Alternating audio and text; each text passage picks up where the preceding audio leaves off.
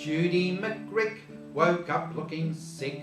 Her mum said she's awfully pale, but Dad said to Mum, just give her some rum and a bottle of whiskey or ale. The doctor came round and he charged him £1. He took off his hat and his coat. For her illness he sought, but the doctor found naught but 2 little holes in her throat. He lit up a smoke and proceeded to poke at her ears and her nose and her eyes.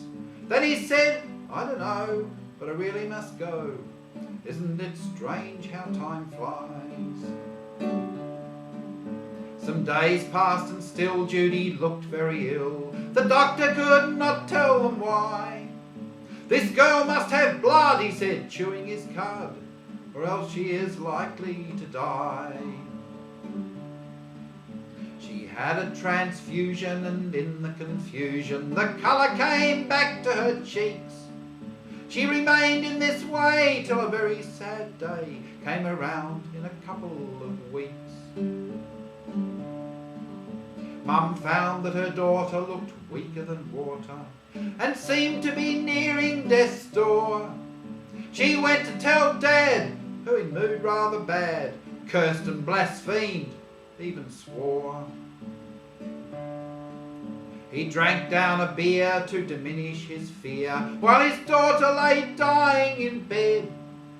Then he turned and he saw that she'd started to snore, so he knew that she wasn't yet dead.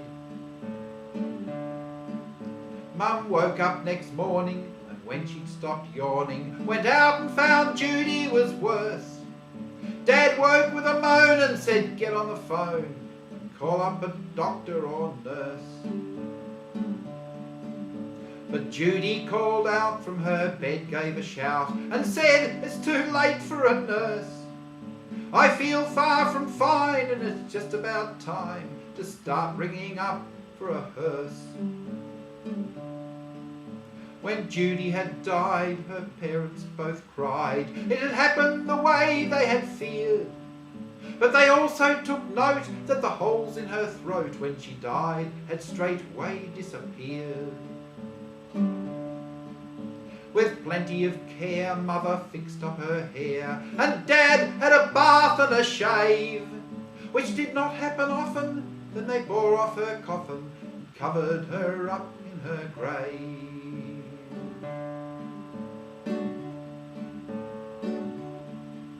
Not long after that, people saw a large bat that flapped at their windows at night.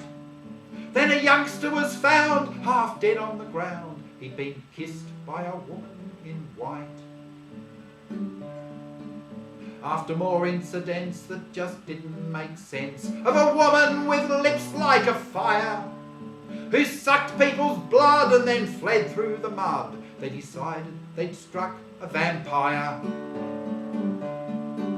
Now there was in the town a man of renown, reputed to be very smart.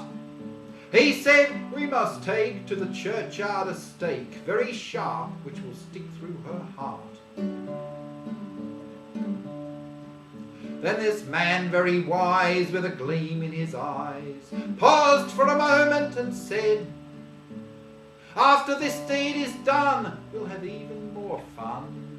We must fill up with garlic her head. After more days of talk, they all took a walk to the graveyard where Judy was placed. They opened the grave and started to rave when they saw the cruel look on her face. So they plunged the sharp stick through poor Judy McGrick, who in agony gave her last shout.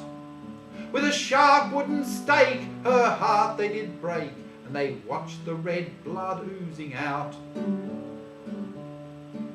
Then the wise old man's wife took up her bread knife and proceeded to cut off the head.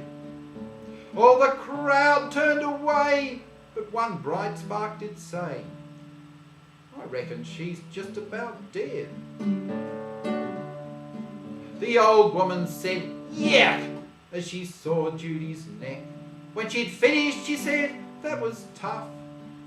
Then without any doubt, they hollowed it out, and with garlic proceeded to stuff. Now no more will there roam from her underground home the vampire Judy McGrick. And now it is time to finish this rhyme, as I'm starting to feel very sick.